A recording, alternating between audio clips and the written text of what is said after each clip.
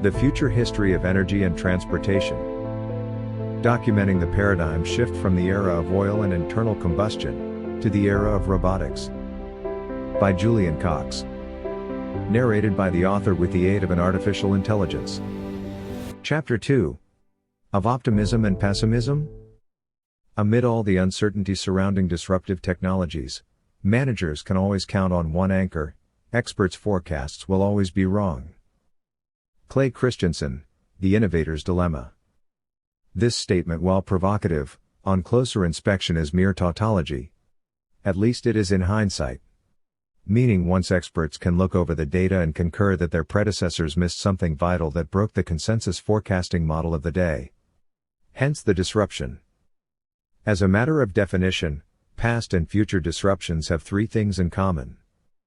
Firstly, something significant interrupts a well-understood trend that a consensus of recognized experts did not adequately foresee, or dare to expend reputations predicting. Secondly, it is always possible to go back and find someone who did predict a disruption and act upon it, for example Michael Burry, Wall Street analyst who predicted the 2008 subprime mortgage collapse, subject matter of the movie The Big Short. Thirdly, an adequately acknowledged, correctly characterized and well anticipated, and acted upon, disruption is not a disruption. It's an opportunity born of information advantage that logical optimism will have predicted more accurately than pessimism. Authors note, converting disruption to opportunity in this manner is the primary purpose of this work. Clearly, historical events that broke expert consensus forecasting were not improbable. Quite the contrary. It can only be deduced that the probability of an unforeseen event occurring that did occur was 100%. There was a predictive failure relative to reality as it unfolded, not a failure of reality. Predictive failure tends to occur on account of a derivative trend among experts who analyze well-understood trends. A trend of routine predictive success that serves to entrain an accepted predictive model that can become impervious to evidence that doesn't fit, prior to catastrophic failure that can no longer be ignored. By which time it's too late. One of a number of vulnerabilities to this condition is circular referencing, self-referential, even self-deferential, analysis of industry majors, or indeed industry experts, as a proxy for determining the future of that same industry. This in itself is a meta-trend that is apt to occur over time, like the refinement of a compression algorithm where fewer and fewer data points are found to be necessary to adequately recreate a complete picture from well-established assumptions of what those data points represent. An example from auto industry analysis would be to hone in on monthly sales as a proxy for opportunity and days of finished goods inventory as a proxy for risk, each as yardsticks for business performance to the relative exclusion of any number of factors that might be pertinent to outcomes. There is a degradation in rigor when progressing from a founder's zeal to identify any new threat or opportunity that may be of existential importance, to decades later consulting a recognized industry figure for an authoritative opinion, as much in the hope of receiving a celebrity endorsement than the product of rigorous analysis. It is not automatically the case that all rapid or exponential change results in disruption. Defying the experts is key. Moore's law, the doubling of transistors in an integrated circuit every 2 years, is an exponential trend that has been readily forecast by experts for many years and planned for accordingly. In such cases, the actual results have been reliably bound within the spread of the experts' optimistic and pessimistic forecasts, just like forecasts of phenomena whose trends are well established, whether they be more linear or cyclical in nature or conform to some other well-characterized pattern. It is well established in studies of road safety that it is safer to proceed at a green light than at a red light, on the assumption the ground under the road ahead has not subsided and is not undergoing a volcanic eruption. This is not always the case. Indeed, all roads are built on, and of, the products of geology, in relation to which the road is quite temporary and the geology just less so. Optimism and pessimism essentially deal with perceptions of chance, of levels of perceived confidence and threat. It appears to be the modal, fashionable, method when settling upon respectable predictions of the future to seek a midpoint between the optimistic and pessimistic assessments of experts. Essentially an opinion poll. For a public audience, dueling experts are typically confined to an arbitrarily imposed Overton window of acceptable deviation from the status quo. This mechanism imposes a strong bias towards pessimism for significant change, essentially overconfidence in stasis, irrespective of the tumult that originally gave rise to that stasis. For example, the volcanism and erosion that gave rise to the lay of the land under the road, or more pertinently, the previous market disruption that gave rise to a long-standing industry. Pessimism at the prospect of significant deviation from long-standing trends is normal and often regarded as a healthy way to view the world for the avoidance of disappointment or loss. Yet this is inapplicable to cases where the status quo is genuinely no safe harbor and where the imperative to act and to do so with accuracy, ideally with profitable anticipation, is at a premium. What is counterintuitive is that large-scale interruptions of long-standing trends tend to be the product of even longer-standing and even larger-scale trends intersecting the curve. Meaning, what the small glowing fissure in the road and the first upstart of a newly economically viable technology represents, below the level of perception afforded by a seemingly stable status quo, such as a road driven daily that has been mapped for decades and a car produced by a decades-old industry. In many walks of life and in business, there exists a statistical fallacy in the received wisdom of pessimism, of cynicism, skepticism, caution and so on, that such wisdom has been handed down even-handedly by the complete set of all of those who underestimated.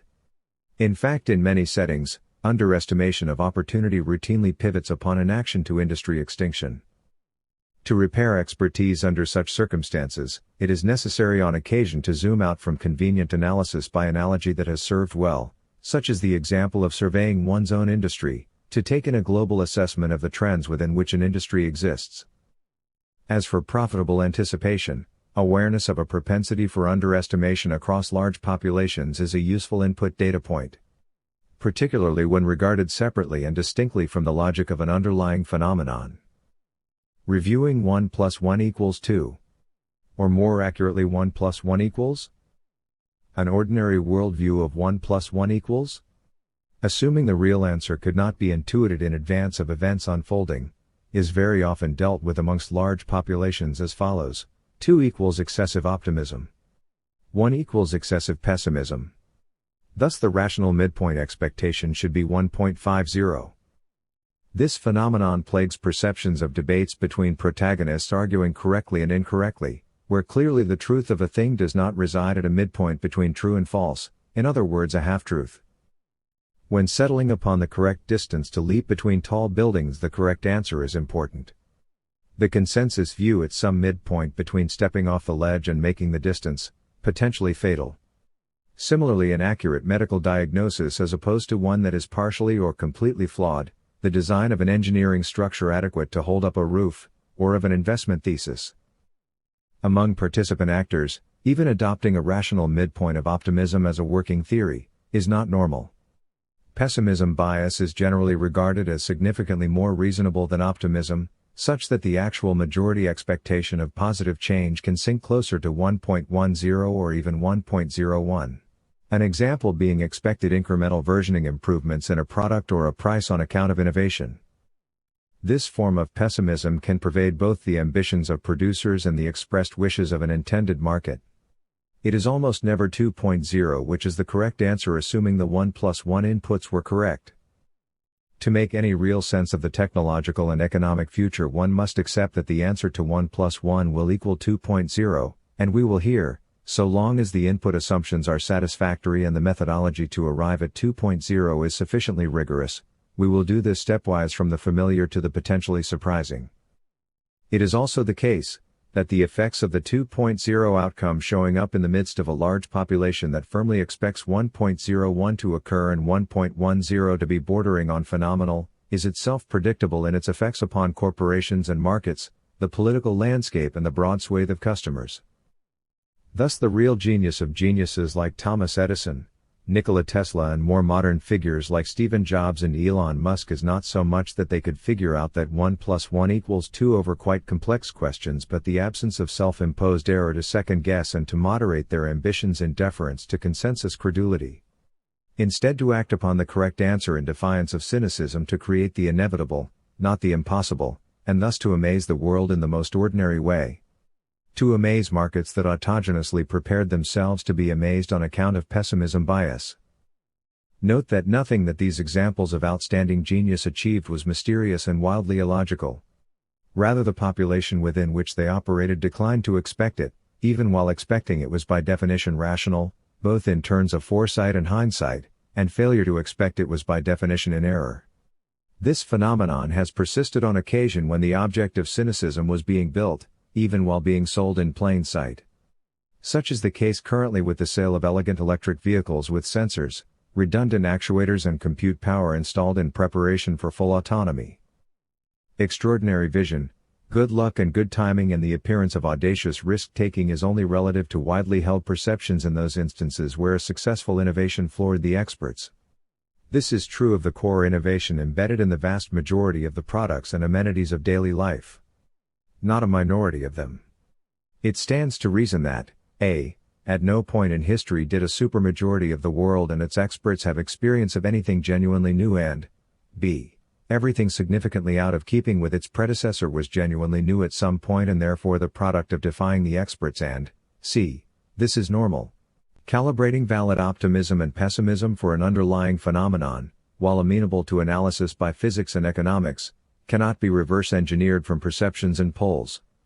Enthusiasm for the iPhone cannot be back-traced to the reason for the iPhone. Neither was the iPhone a product of random chance that proved unexpectedly popular. It was a logical product of physics and economics. The logical requirement for the iPhone, as a tool to enhance the faculties of human beings, and the technological opportunity to build the iPhone was predictive of the iPhone and the timing of its appearance, independently of the market reaction to it, which was also predictable. The effect of such a device making its appearance in a market that did not fully anticipate it, was indeed predicted. Certainly it was predicted by Steve Jobs within Apple with sufficient clarity to insist Apple invest in its development and mass production prior to its launch. In the tangible world of energy and transportation, or mobile data communications and devices for that matter, predicting outcomes and perceptions are two separate things, separated by cause and effect. The delta, if anticipated accurately, the logical quotient of market surprise, is wildly valuable to the upside but also wildly destructive when missed.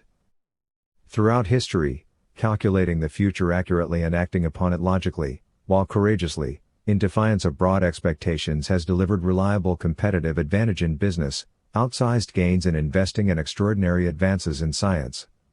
At the same time, discussing Future 2.0 will be met with public incredulity, expert bafflement and outright hostility. All of it is predictable. Authors note, this is the challenge to the reader, much less the writer, who, face it, was nuts enough to write this stuff going in, despite knowing what he just wrote.